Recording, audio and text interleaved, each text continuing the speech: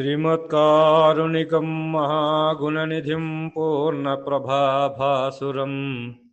నిర్ద్వంద్వం నిరపేక్షకామమమలం నిస్సంగమాధ్యం విభుం నిత్యానందమయం నిరీహమతులం నిర్ముక్తకర్మాదికం శ్రీకృష్ణాఖ్యగురుం భజేహమనిశం శ్రీసిద్ధసంతోషనం పొన్నాలవంశకలశాంబుధికైరవాప్తం పూర్ణం దయానిధిమనంతగుణైకదిష్ణం రాజాదిరాజముకుటాంచితరత్నసేవ్యం శ్రీరాజయోగిగురుమంతరతో నమామి.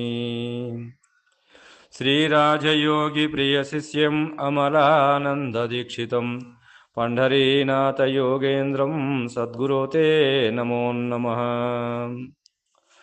శ్రీ శివరామదీక్షిత సాంప్రదాయ పరంపరా గురువులందరికీ వందనములు. శ్రీమద్భాగవత శ్రీకృష్ణ సద్గురు పరబ్రహ్మణే నమః.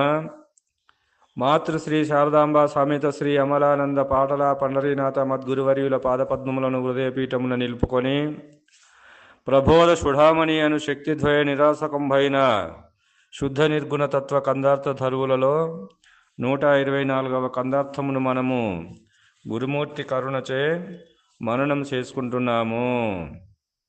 ఏమంటున్నాడు కందార్థములు అంటే, కొందరు కర్మమునే బాగందురు, మరి కొందరెక్కువందురు తనువు, కొందరు ప్రాణములధికములందురు, నీకిట్టి వట్టి ఆశాలేమిటికి, వారితో పొందో చేసేవేమిటికి,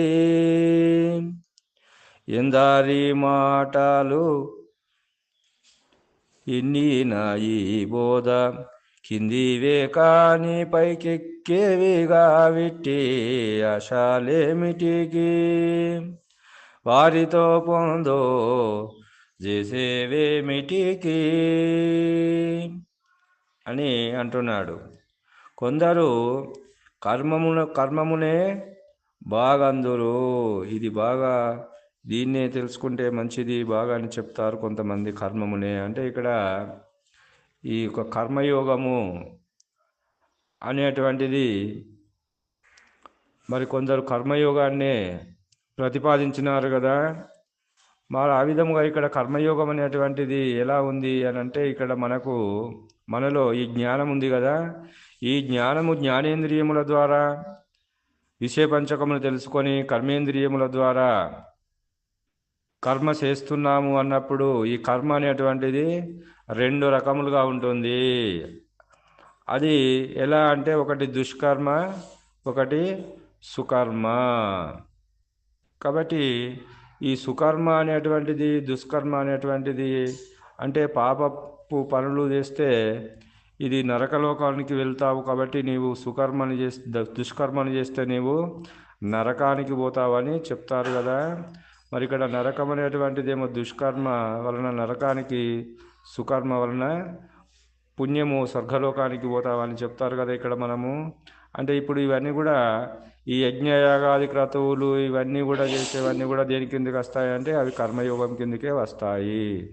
కాబట్టి ఈ కర్మ అనేటువంటిది ఇప్పుడు మనకు వాల్మీకిని చూసినట్లయితే, వాల్మీకి మొదలు ప్రతాపసేనుని యొక్క కుమారుడు. కాబట్టి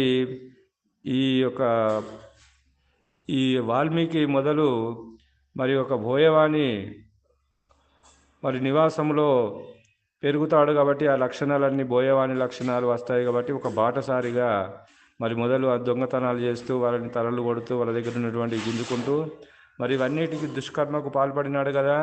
మరి అంటే ఆ దుష్కర్మ వలన ఏమైంది అతనికి అంటే, ఆ కర్మం అనేటువంటిది, పాపం అనేటువంటిది వచ్చింది అని నారదుడు చెప్పినప్పుడు, మరి ఇంటికి పోయి భార్యని పిల్లలని అడుగుతాడు కదా, మరి మా కర్మాన్ని ఏమైనా మీరు పంచుకుంటావా, పాపం అనేటువంటిది వచ్చింది, ఆ కర్మ చేయడం వలన, దుష్కర్మ వలన పాపం వచ్చింది, ఆ పాపాన్ని మీరు ఏమన్నా పంచుకుంటారా అంటే, మేమెందుకు పంచుకుంటాం తండ్రిగా, నీ యొక్క బాధ్యత నువ్వు చేసినావు, అది పుణ్యమా పాపమా నాకు తెలియదు అన్నప్పుడు, మరి నారద మహర్షి దగ్గరికి వచ్చి, అయ్యా వాళ్ళు ఆ పాపకర్మని పంచుకోరా అంటే, ఈ పాపము మరి ఈ కర్మ అనేటువంటిది నాకు ఎట్లా ఈ శాప విమోచనం కావాలని చెప్పి ఆ ఒక నారదుని పాదపద్మములు పట్టుకొని ఉపదేశపూర్వకంగా వాల్మీకి అయి మహర్షి అయి మరి అతడు వాల్మీకి రామాయణాన్ని రచించి మరి మంచి పేరు గాంచినాడు కదా. అంటే ఆ సుకర్మ అనేటువంటిది అతనిలో కొద్దిగా సత్కర్మ అనేటువంటిది ఆ యొక్క సత్వగుణం అనేటువంటిది దాగి ఉండడం వల్ల అది పూర్వజన్మ సుకృత ఫల విశేషం వలన మరి సాధూనాం పుణ్యం దర్శనం అని అన్నాడు కదా ఇక్కడ. కాబట్టి సాధూనాం దర్శనం పుణ్యం, స్పర్శనం పాపనాశనం, సంభాషణం కోటి తీర్థ ప్రయోజనం, మరి వందనం ముక్తిదాయకం అని అన్నాడు. కాబట్టి మరి ఇక్కడ అలాంటి సాధువులైనటువంటి వారి దర్శనమైనప్పుడు ఈ సాధువునాం దర్శనం పుణ్యం, స్పర్శనం పాపనాశనం, సంభాషణం కోటి తీర్థ ఫలం, మరి వందనం ముక్తిదాయకం అనేటువంటి వాళ్ళు ఇక్కడ మహర్షులు ఎవరంటే, ఇక్కడ సాధువులు ఎవరు అని చెప్తున్నాడు ఇక్కడ అంటే ఆ సాధువులే ఇక్కడ అచల ఋషులైనటువంటి వారు. కాబట్టి అచల ఋషులు అనేటువంటి ఏ సాధన నీకెందుకు ఈశానికి పనికిరాదు వినుమా అయ్యా, నే సాధులచే విన్నది ఏ సాధన లేని బోధ ఎరిగింతు పోకు, సాధనలందు మరిగితే రాకు అని చెప్పినాడు కదా. అలాంటి సాధులచే విన్నటువంటిది సత్పురుషులైనటువంటి మహర్షులు వాళ్ళే అచల ఋషులు. ఆ అచల ఋషుల యొక్క సందర్శనము అది పూర్వజన్మ సుకృత ఫల విశేషం వల్ల మనకు దొరకడం వలననే ఈ పుణ్యము పాపం అనేటువంటివి రెండు కూడా నశించి ఆ పుణ్య పాపములకు మూలమైనటువంటి ఎరకనేటువంటి గుర్తుని నశింపజేసేటువంటి మహానుభావుడు అచల ఋషి సద్గురుమూర్తి. కాబట్టి మరి అలాంటి అచల ఋషి సద్గురుమూర్తి అందరికీ దొరుకుతాడా అంటే దొరకడు. కాబట్టి ఈ దొరకకుంటే మరి వీళ్ళు ఏం చేయాలి ఇక్కడ అంటే సుకర్మ కానీ దుష్కర్మ కానీ ఈ పాపపుణ్యములైనటువంటి నరకలోకానికి కానీ స్వర్గలోకానికి పోయి మళ్ళీ క్షిణేపుణ్యే మత్స్యలోకే విశంతి అనేటువంటి భావముగా మళ్ళీ వచ్చి మళ్ళీ భూమి మీద పడవలసిందే. కాబట్టి మరి ఇలా దుష్కర్మ చేసినటువంటి వాడు మరి ఇతరులను చిత్రహింసలు చేసి మరి ఫైనాన్సులు నడుపుతున్నారు కదా, ఇతరులను పేదవాళ్ళ భూములను కొట్టి పేదవాళ్ళ భూములని పేదవాళ్ళ యొక్క సంపాదనని పేదవాళ్ళు సంపాదించినటువంటి ఒక పైసని ₹1 వారికి ₹100 ఇచ్చి దానికి ఫైనాన్స్కి ₹5 ₹4 వసూలు చేసి హింసిస్తున్నారు కదా. వీళ్ళంతా మరి దేని కిందకి వస్తారంటే వీళ్ళందరూ కూడా దుష్కర్మ కిందికి వస్తారు. మరి సుకర్మ చేసేటువంటి వాళ్ళు కూడా ఉన్నారు కదా. వర్షాలు బాగా తుఫాన్లు వచ్చి కొట్టుకుపోయినప్పుడు ఆ యొక్క గూడు ఆ యొక్క వరద బాధితులైనటువంటి వాళ్ళని ఆదుకునేటువంటి వాళ్ళందరూ కూడా వీళ్ళు సుకర్మ చేసేటువంటి వాళ్ళు. కాబట్టి మరి పేదవారిని ఆదుకోవడము, చలివేంద్రాలు పెట్టి దార్తి తీర్చడము ఇవన్నీ చేస్తున్నారు కదా ఇప్పుడు. అంటే ఇవన్నీ చేసేటువంటి వాళ్ళందరూ కూడా సుకర్మ చేసేటువంటి వాళ్ళు. కాబట్టి సుకర్మ అనేటువంటిది దుష్కర్మ అనేటువంటిది ఎలా జరుగుతుంది అంటే ఆ జ్ఞానముచే ఈ జ్ఞానేంద్రియముల ద్వారా విషయపంచకమును తెలుసుకొని కర్మేంద్రియముల ద్వారా ఈ కర్మయోగము ద్వారా మనం కర్మ చేస్తున్నాము కదా. ఈ కర్మ వలన సుఖం అనేటువంటి దాని వలన పుణ్యలోకము, దుఃఖం అనేటువంటి దాని వలన నరకలోకానికి పోతాము. కాబట్టి బాగా మనకు భూమానంద హనుమంత దేశకేంద్రుల వారు ఏమన్నాడంటే మరి భూమానంద వాక్యత్రయము లోపట ఈ పుణ్యము ఇవన్నీ సాధనలు చేస్తున్నావు కదా, పుణ్యము చేసుకుంటే ఆ పుణ్యము నీకు చెడిపోతుంది అనుకుంటున్నావేమో, చెడిపోదు. ఆ పుణ్యం వల్ల కూడా ఫలం దక్కుతుంది. ఏం ఫలం దక్కుతుంది అని చెప్పినాడు అని అంటే ఆ పుణ్యం వలన నీవు స్వర్గలోకంలో కొన్ని రోజులు విశ్రాంతిగా ఉంటావు. పుణ్యలోకాలకు పోయి ఆ విశ్రాంతి తీసుకొని మళ్ళీ ఆ పుణ్యం నశించగానే క్షిణే మధ్యలోకే విశంతి మళ్ళీ కాలగర్భం నుంచి కర్మగర్భంలో మనకి రావాల్సిందే అని చెప్పి కూడా మనకు పెద్దలు నిర్ణయం చేసి చెప్పినారు. కాబట్టి అలాంటి కర్మమే బాగుంటుందని చెప్పేటువంటి వాళ్ళు, కర్మయోగాన్ని నమ్ముకున్నటువంటి వాళ్ళు, కర్మయోగమే బాగుంటుందని చెప్పేటువంటి వాళ్ళు వీళ్ళందరూ కూడా భ్రాంతి స్వరూపులే. భ్రాంతిని కలిగించేటువంటి వారే కానీ నీకు భ్రాంతి రహితం చేసేటువంటి వారు కాదు అని ఇక్కడ మనకు భాగవత కృష్ణ ప్రభువులు చెప్తున్నారు. మరి ఇంకేమంటున్నాడు, కొందరు కర్మమునే బాగందురు కొందరెక్కువందురు తనువున్. ఈ శరీరం అనేటువంటి దుర్లభమైనటువంటిది మానవోపాధి అని చెప్పి అంటారు. కాబట్టి ఈ దుర్లభమైనటువంటి మానవోపాధి అందే మరి దుర్లభం మానుషాదేహం వివేకం చక్షుర్గత. వివేకమైనటువంటి జ్ఞానము ఈ శరీరం యందే ఉంది, ఆ గుర్తెరిగేటువంటి తెలివి మరి ఏ శరీరం యందు కూడా అది లేదు. కాబట్టి ఈ శరీరం యందు ఈ గుర్తెరిగేటువంటి ఈ తెలివి ఈ తెలివి అనేటువంటి పరమాత్మ స్వరూపం ఉన్నాడో, గుర్తెరిగేటువంటి శరీరము ఉన్నదో ఈ గుర్తుతోని ఆ యొక్క పరిపూర్ణ గురు దర్శనం వలన ఆ గురి లేకుండా చేసుకోవడమే దీని యొక్క ఉపాధి యొక్క ధర్మం. కానీ ఈ ఉపాధినే గొప్పది, ఈ ఉపాధి కొరకు ఈ తనువు బాగుండాలి, ఆరోగ్యం కొరకు దీనికి ఆసనాలు వేయాలి, అది వేయాలి, ఇది వేయాలి, ఈ ఆరోగ్యాన్ని కాపాడుకోవాలి, ఆరోగ్యం ద్వారా నీ శరీరాన్ని మంచిగా చూసుకోవాలి. ఈ శరీరాన్ని కాపాడుకునేటువంటి వాళ్ళు ఆసనాల ద్వారా దీన్ని ఈ తనువుని మరి ఆరోగ్యకరంగా ఉంచుకోవాలని చెప్పేటువంటి వాళ్ళు కూడా కొందరు ఉన్నారు కదా. మరి అది కూడా భ్రాంతి స్వరూపమే. మరి ఇంకా కొందరు ఏమంటున్నారు, తనువున్ కొందరు ప్రాణములధికములందురు. ప్రాణము అధికమని కొంతమంది చెప్తున్నారు కదా. అంటే ప్రాణము ఉంటేనే ఇది శివస్వరూపము, ప్రాణము పోతే ఇది శివస్వరూపము. కాబట్టి ప్రాణరక్షణ చేసుకోమని మరి శ్వాస మీద మనకు ధ్యాస ఉంచమని చెప్తున్నారు కదా. మరి ఈ శ్వాస అనేటువంటిది ఈ యొక్క 84 లక్షల జీవోపాధులు ఉన్నట్టు ఈ మానవ జన్మ లోపటికి మరి శ్వాస అనేటువంటిది మనకు 21,600 అంశాలు రోజు జరుగుతుంది కదా. దాన్ని నిల్వ చేసుకోమని కూడా మనకు ప్రాణాయామం ద్వారా చెప్తున్నారు కదా. 12 అంగుళాలు మనం తీసుకుంటున్నాము, 16 అంగుళాలు వదులుతున్నామంటే మరి 4 అంగుళాల వాయువు నష్టమైపోతుంది కదా. మరి ఇంకా దీన్ని ఏమంటున్నారంటే రేచకము, పూరకము, కుంభకము అనేటువంటిది. ఈ రేచకం అంటే మనలో ఉన్నటువంటి ఒక గాలిని ఒక ముక్కు ద్వారా వదిలి మళ్ళా ఒక ముక్కు ద్వారా వదిలినటువంటి దానికన్నా అధికంగా తీసుకోవడము, అది పూరకము. మరి ఒక కుడి ముక్కు ఎడమ ముక్కు ద్వారా వదిలి కుడి ముక్కు ద్వారా ఎక్కువ మనం గాడుపును లోపలికి తీసుకున్నట్లయితే అది పూరకము. మరి ఆ తీసుకున్నటువంటి దానిని మనము ఆ యొక్క భూమధ్య స్థానం యందు నిలువ కొద్దిసేపు ఉంచినట్లయితే దాన్నే కుంభకము అని అంటారు.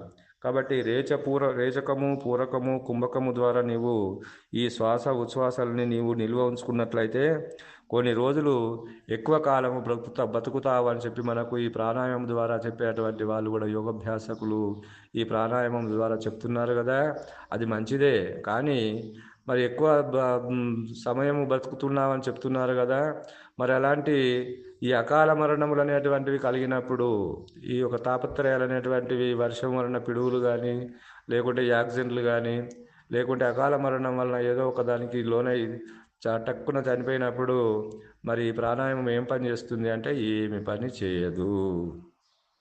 కాబట్టి ఇది ఎక్కువ బతకటానికి దోహదపడుతుంది అని చెప్తారు, అది వాస్తవమే. కానీ మరి ఎక్కువ దోహదపడితే మరి నువ్వు 60 ఏళ్ళు బతికే దానికన్నా 90 ఏళ్ళు బతికినావు. 90 ఏళ్ళు బతికితే అప్పుడు నీ శరీరం పనిచేయదు. మరి మలమూత్రములు పోసడానికి బయటికి నడవలేవు. మరి అప్పుడు ఆ మంచం పట్టినప్పుడు ఆ మంచం మీదనే నీవు మలమూత్రాలు విసర్జన చేసినప్పుడు మరి భార్య కూడా రోధిస్తుంది కదా, రోత పుడుతుంది కదా భార్యకు. అన్నప్పుడు వీడు ఎప్పుడు చేస్తాడో అని చెప్పి భార్య కూడా అంటుంది. మరి అన్నప్పుడు భార్యనే అన్నప్పుడు పిల్లలు అంటారు, కోడళ్ళు అంటారు, కొడుకులు అంటారు, మనుమలు అంటారు, మనవరాళ్ళు అంటారు. వీళ్ళంతా హింసించుకుంటారు కదా. గబ్బు గబ్బు వాసన వీడిని మంచం తీసి ఈ బెడ్రూమ్లో కాదు, మనకు ఏసీ రూములు ఇక్కడ మంచి ఫ్రిడ్జ్ ఏసీ ఉన్నటువంటి రూములో వేస్తే ఇదంతా ఈ యొక్క ఇల్లు అంతా కూడా కంపం కొడుతుంది. కాబట్టి తీసి కింద వేయండి అని చెప్తారు కదా. అప్పుడు తీసుకొని కింద వేస్తారు కదా. అదేమన్నా ఫలమా అంటే అప్పుడు అదంతా అనుభవించవలసిందే కదా. కాబట్టి ఈ ప్రాణాయామం పెంచుకొని ఎక్కువ రోజులు నువ్వు బ్రతికి అది 16,000 సంవత్సరాలు బ్రహ్మ బ్రతికినాడు అంటే ఆ 16,000 సంవత్సరాలు బ్రతికినన్ని రోజులు అతనికి దుర్బుద్ధి కలిగింది కదా. ఆ దుర్బుద్ధి కలిగినప్పుడు మరి లోక కళ్యాణం కొరకు శ్రీరామచంద్రుని సంహరింపబడ్డాడు కదా. మరి ఆ విధముగా మంచి కార్యక్రమాలు చేస్తే నీవు శ్రీరామచంద్రునిగా మంచి పేరు ఆరోధింపబడుతున్నావు. చెడ్డ పేరు లోకకంటకమైనటువంటి పనులు చేసినట్లయితే నీవే రావణ మరి కంటకునిగా నీవు పిలువబడుతున్నావు ఈ ప్రపంచంలో. అంటే దుష్కర్మ వలన రావణాసురునిగా మంచి కార్యముల వలన రామ లక్షణాలను నీవే పొందుతున్నావు. కాబట్టి మంచిది చెడ్డది అనేటువంటిది మరి ఉపాధి నీవు ఎత్తినందుకు ఈ ఉపాధి ద్వారా ఆ గురుమూర్తిని చేరి సద్గురుమూర్తిని చేరి నిజమేదో అబద్ధమేదో తెలుసుకొని అసత్యమేదో అశాస్త్రమేదో దాని యందు తెలుసుకొని దాని యందు భ్రాంతి లేక శాశ్వతమైనటువంటి ఆ పరిపూర్ణ పరభయలి యందు నీవు ఆ సద్గురుమూర్తులైనటువంటి అచల ఋషులు నిర్ధారణ చేసినటువంటి శివరామ దీక్షితులు నిర్ధారణ చేసినటువంటి ఏ పరిపూర్ణ బోధ యందు నీవు నిక్కముగా నీ మనస్సు లీనమైనట్లయితే ఆ స్థితి అందు నీవు ఎన్ని రోజులు ఉండాలనో ఆ పరమాత్మ వరం వలన కదా ఇది శరీరము లభించింది. మరి అప్పుడు ఆ గురుమూర్తి అనుగ్రహం వలన మళ్ళీ ఇది లేకపోతుంది. అంతేగాని దీని మీద అడయాసలు పెంచుకొని ప్రాణాయామం మీద, తనువు మీద, చేసే పని మీద నువ్వు పెట్టుకొని చేస్తే అది కూడా ఆశలే. కాబట్టి నువ్వు ఎంతవరకు పని చేయాలనో, జీవన భృతి కొరకు నువ్వు ఎంత పని చేయాలనో చేయవలసిందే. మానవుడై పుట్టినందుకు, ఈ మానవ జన్మ ఎత్తినందుకు స్వయం కృషి, స్వయం పోషక ఆహారముపై జీవించవలే. ఇతరులపై ఆధారపడక స్వయం పోషక ఆహారంపై జీవించవలనని మనకు ప్రణాళికలో పొన్నాల రాజయోగేంద్రుల వారు చెప్పినారు కదా, మన గురువులు కూడా చెప్పినారు కదా. ఇతరులని హింసించక ఒక పొద్దు ఉండవాలి, హింసించినట్లయితే అని కూడా చెప్పినారు కదా. ఇలాంటి సూత్రాలను పాటిస్తూ మరి ఇవన్నీ కూడా ఈ ఆశలు దేనికి అంటే మరి అందుకొరకే ఏమంటున్నాడు ఇక్కడ, అందరూ నీకిట్టి వట్టి ప్రాణములధికమని అందరూ నీకిట్టి వట్టి ఆశలేమిటికి వారితో పొందు చేసేవేమిటికి అని అంటున్నాడు ఇక్కడ. కాబట్టి మరి అలాంటి వారితో నీవు పొందు చేసినట్లయితే ఇలాంటి చెప్పేటువంటి అందరూ ఉన్నారు కదా. ప్రాణాయామంతో నువ్వు కొన్ని రోజులు ఎక్కువ బతుకుతావు అని చెప్పేటువంటి వాళ్ళు కొందరు ఈ కర్మము సుకర్మ అనేటువంటిది కర్మయోగమే గొప్పదని చెప్పేటువంటి వాళ్ళు కొంతమంది ఈ తనువే ఈ తనువు ఉన్నప్పుడే నీవు ఇవన్నీ చేసుకోవాలి కాబట్టి తనువుని ఆరోగ్యకరంగా ఉంచుకొని ఇవన్నీ చేసుకోవాలని చెప్పేటువంటి వాళ్ళు కొంతమంది. కాబట్టి ఇవన్నీ కూడా వట్టి ఆశలేమిటికి వారితో పొందు నీకు ఏమిటికి, ఎందారు ఈ మాటల నిన్నిన ఈ బోధ కిందివే గాని పైకెక్కేవిగా విట్టి ఆశలేమిటికి వారితో పొందు చేసేవి ఏమిటికి. కాబట్టి నాయన వాళ్ళంతా నీకు భ్రాంతిని కలిగిస్తారు. కాబట్టి అలాంటి భ్రాంతి కలిగించే వారితో నీకు పొందు చేయకుము. కాబట్టి నేను చెప్పేటువంటి బోధ ఏదైతే ఉన్నదో అది ప్రారబ్ధం భోగతో నశ్యతు. నువ్వు ఎంతవరకు అనుభవించాలనో అంతవరకు అనుభవించవలసిందే. ఈ శరీరముతో మరి కర్తృత్వ రహిత కర్మాచరణ పద్ధతిలో నువ్వు ఆచరించి లేని జీవితాన్ని లేక జీవనము గడిపి లేకపో అని చెప్పి మనకు మరి పరిపూర్ణ బోధ సిద్ధాంతం చెప్తుంది కదా. మరి ఇలా చెప్పిన వారితో పొందు నీవు చేస్తే నీకు ప్రయోజనం ఏముంది, వేరు లేదు. కాబట్టి వారందరి మాటలు పరిగణలోకి వారందరి మాటలు కూడా పరిగణలోనికి తీసుకున్నారు. కాబట్టి శివరామ దీక్షితుల వారు ఈ బోధను మించినటువంటి బోధ లేదు. వారందరి మాటలు పరిగణలోకి తీసుకొని ఒక సిద్ధాంతం చేసి ఉన్నారు శివరామ దీక్షితుల వారు. ఈ శివరామ దీక్షితుల వారు చేసినటువంటి సిద్ధాంతమే ఈ పరిపూర్ణ బోధ. ఈ పరిపూర్ణ బోధలో మరి అన్నిటి యొక్క సారాంశమును తీసుకొని సిద్ధాంతము చేసినదే ఈ యొక్క పరిపూర్ణ బోధ. కాబట్టి ఇట్టి ప్రబోధకు మించినటువంటి బోధ ఇక లేదు. ఈ బోధ నీవు విన్నట్లయితే ఏ భ్రాంతి కూడా నీకు పుట్టదు. అది భ్రాంతి రహితమైనటువంటి ప్రబోధనే పరిపూర్ణ బోధ. కాబట్టి ఎందారి మాటల నెన్ని నా ఈ బోధ కిందివే గాని పైకెక్కేవిగా విట్టి ఆశలేమిటికి వారితో పొందు నీవు చేసేవేమిటికి అని ఇక్కడ మనకు ఈ కందార్థము ద్వారా ఇలాంటి పొందు అనేటువంటివి ఆశలు పెంచేటువంటివే కానీ ఈ ఆశలు అనేటువంటివి మూలమేది ఇక్కడ అంటే భ్రాంతి.